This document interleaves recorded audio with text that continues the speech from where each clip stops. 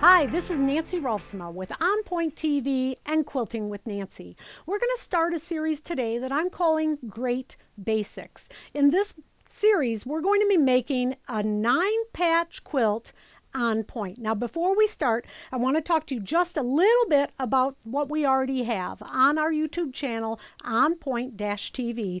There's a little over 200 videos taking you through a lot of different steps for many different quilts, but a big portion of it is the Learning to Quilt series. Now, the Learning to Quilt series is a beginner quilt. I know it might seem a little intimidating, but it is a beginner quilt, and in it, you'll go through applique, you'll go through the settings, so a lot of different techniques. But I get the feeling that some people think it might be a little too much for a beginner. So that's why I came up with the Great Basics. The Great Basics is also a book. Now, this is just our prototype book. By the time this video is posted, we will have a book available. So if you're interested, you can go to our website, www.onpoint-tv, and you can purchase the book, and then you can stitch along with us. The book is going to take you through all of the things that I think are great basics. Things that many quilters have been quilting all by themselves for quite some time, and they just didn't know that there was a better way or a more precise way to do different things. That's what I'm going to take you through in this series. So this is the quilt that we're going to make. It's a 9-patch. A 9-patch is, generally speaking, one of the beginner kind of a block. But what makes this quilt more interesting than your normal 9-patch is that it's set on point. Anything, in my opinion, set on point makes that quilt more interesting. We'll talk a little bit more about that when it comes time that we're actually putting these blocks on point. So this is one colorway that I made, and this is available as a kit. All of the different supplies that I'm using will be available on the website Fireside Quilts, which is owned by a real good friend of mine. So she's made it. She's kind of gone through all the things that I do, and she's like, you like that tool? All right, I'll carry that tool on my website. So if there's a certain tool, look on Fireside Quilts. If you don't find it there, let me know, and I'll have Laura pick it up. Okay? So we're going to move this out of the way, and we're going to talk about fabric. So this is the colorway that we're going to make now. So I just want to talk to you a little bit about how did I choose those colors.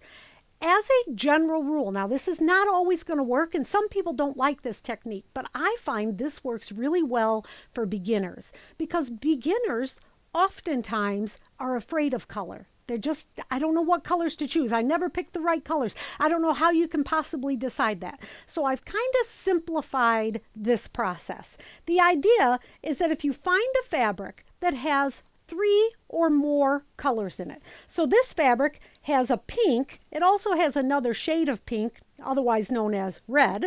It has a blue and a green, which also could be considered in the same family, and a white.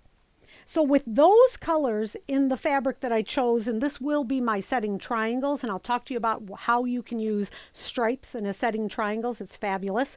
These are the colors that I've chosen for the quilt. So they are generally more of a solid type of a fabric. Now you might be looking at them going, Nancy, that is not a solid. What makes you think in your wildest dreams that that pink is a solid? It has a lot of different design in it, but it reads as a solid. I, generally speaking, don't use any true solids in my quilts. Unless I'm going to make a quilt with all solids, I tend to shy away from them. I don't think that it gives my quilt movement and help the design. It kind of creates what I sadly like to think of as a black hole. So I would recommend, instead of solids, that you choose fabrics that read as solid. So even this white is a white on white. It does have little bits of design, but probably from where you're looking right now, that looks like a solid white. But trust me, it's not. The other reason not to use solids is solids can show every mistake you make. Not only in the quilting, which it definitely does in the quilting, but it also can show the errors that you may make, just little things when you're doing piecing. So if you want to make your quilt a little bit more successful, a little bit more pleasing to you, the artist, I recommend, especially as beginners, that you choose fabrics that have a little bit more movement to it. You would be shocked how much it covers up any little mistakes you may make. So getting to the fabric, I like to fold my fabric like I have them here.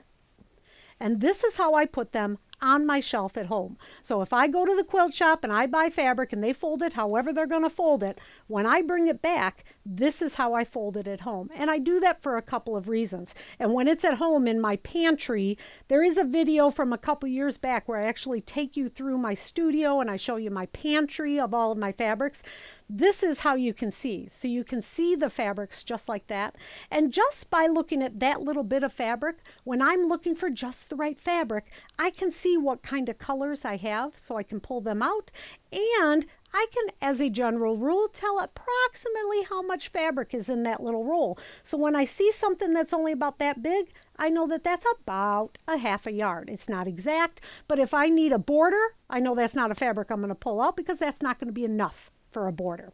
The other reason why I like to do it this way is when it comes to my power cutting technique. So the power cutting technique was a technique I learned from Debbie Caffrey. She was a wonderful quilter and she taught me power cutting, and for me it changed everything.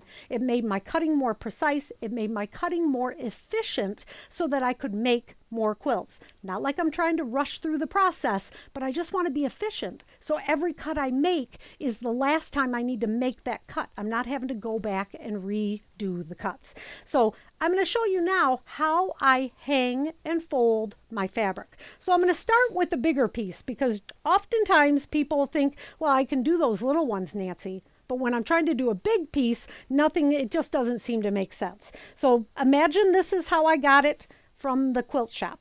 Now, if you are going to be a fabric washer, I recommend that when you get it home from the quilt shop, you go to your washer and your dryer and you wash it as you choose. I'm not a fabric washer. I don't pre-wash my fabrics. And I know for some people that's a big, big no-no, and that's all right. I don't have to. If you want to, do it. Now, somebody told me that one reason that they wash it is because they're allergic to some of the sizings in the fabric. Then definitely pre-wash your fabric. But if you're pre-washing your fabric because you think it may prevent bleeding, it won't. If it bleeds once, it'll bleed 100 times.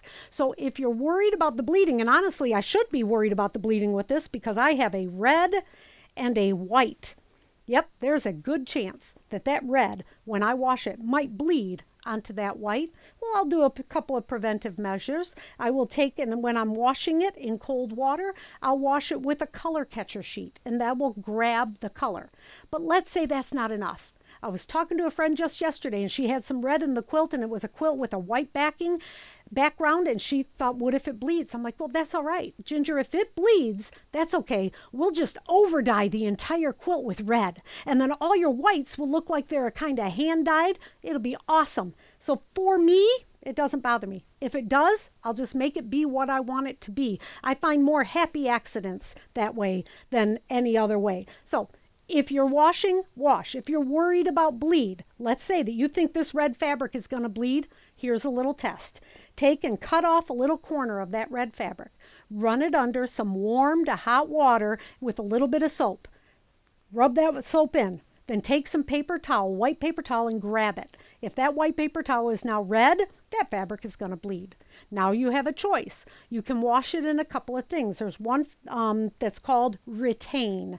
Retain is what hand dyers use when they're making fabric, when they're hand dyeing fabric, to make the fabric retain its color. That's why you'll remember that it's called retain.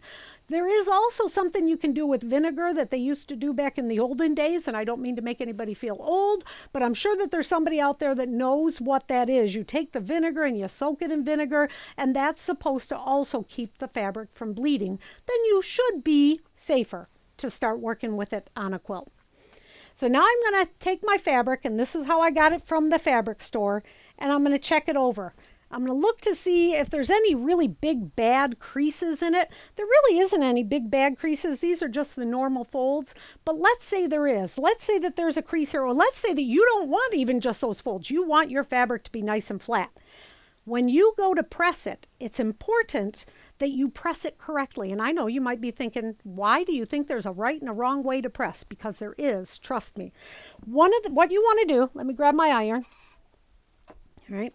What you want to do when you're doing the pressing is look at the selvage of the fabric. Now that is the length of grain. Going from selvage to selvage, that 44-inch type of a measurement, that's going to be the width of grain. The length of grain is along your selvage. That means that is the least stretchable portion of your fabric. So if you just pick it up and try to tug it, it doesn't move because that particular part of it, the length, has no stretch, whereas the width of fabric does have some give. So if you're going to press your fabric flat, press it along the selvage, moving it this back and forth in the direction of the selvage, as opposed to the width of fabric. If you're doing it the width of fabric, not all the time, but often enough that it bothers me, you can cause little rimples in your fabric. So as long as you're going to press it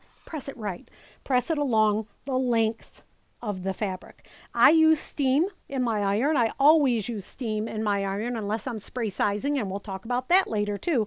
When I am moving my iron, I am not pushing down as I'm moving my iron. I literally am lifting it up. It is just a smidge off the surface. So I'm not trying to press down, because pressing down also can lead to stretch and warping in your fabric. So for this one, I'm done. I'm going to put my iron away.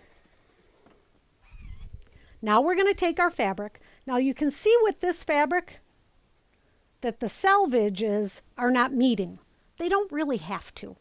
If they are lined up generally pretty even, so this one starts a little high. Oh, let me show you. I don't know if you can see that. There. You can see that it kind of goes up until it's even, which for me, that's not good enough. That's just not going to be straight enough. But if it does come off the bolt and they are straight, then you don't need to do anything. You can just keep that fold. But if they're crooked like this one is, then I'm going to bring those selvages to meet each other. I'm going to hold the fabric, I'm going to hang it and shake it until the fold at the bottom lays flat. Now this, you know what, I'm going to press it. I'm not liking that it's not quite laying flat enough for me. And there's a smidge of a little crease in it here. I want to get rid of that. There. Now I could have unfolded it just to press that little crease out, but it looks like I worked it out pretty well. So I'm going to put in a new crease.